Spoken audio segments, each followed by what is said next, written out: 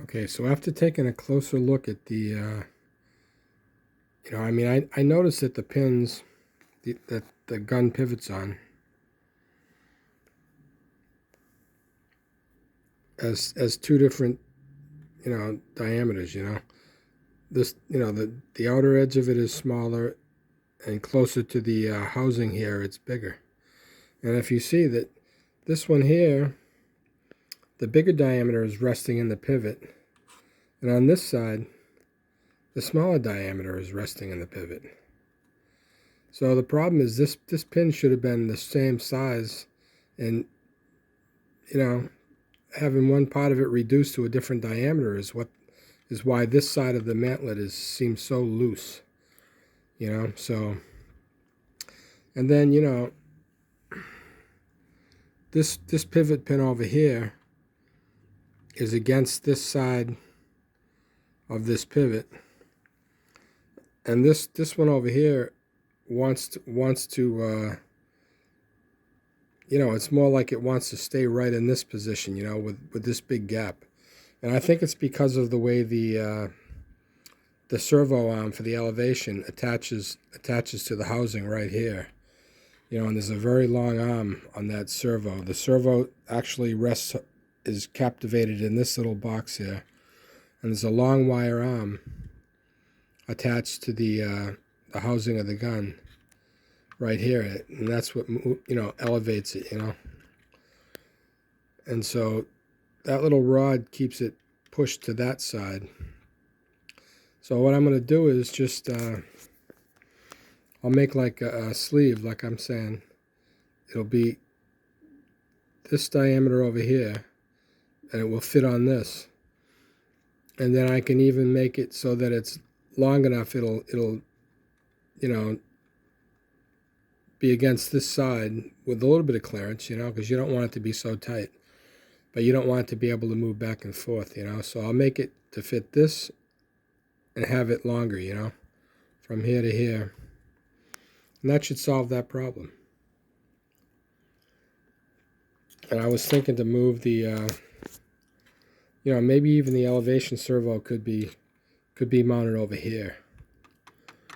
So that it just, was attached to the side of the housing instead of way back over there. So I don't know. I'll have to figure that one out, but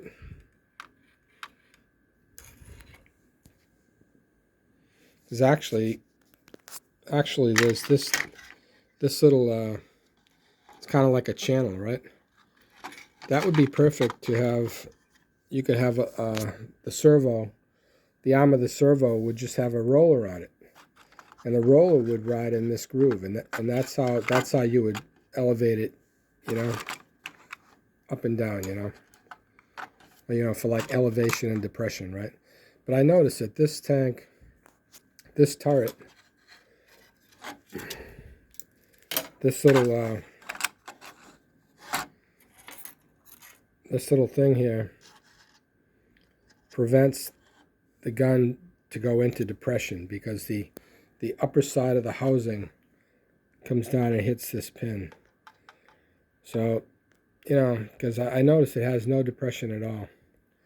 And normally this tank would have, I don't know, I think I read it's like 13 degrees elevation and maybe 10 degrees depression. It has no depression because it hits this. So I don't know. But I don't know. I mean, it would be good if... Oh, jeez. It'd be good if the servos, if it was actually like not controlled by the board, If you actually had a separate channel, and you could actually, elevate or depress the angle of the barrel, and it would stay in that position, The board, you move the button one way and it goes all the way up, and the same thing, it goes all the way down and it stops as it hits this pin. So I don't know, I mean, that's kind of a long explanation, but so I mean, I removed the LED from this. I don't need it. So there's just going to be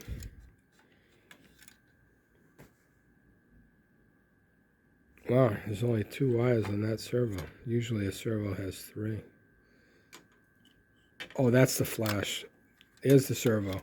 So 2 servos, so you got 6 wires and 2 wires for the LED, 8 wires. So that'll make it simpler for the slip ring.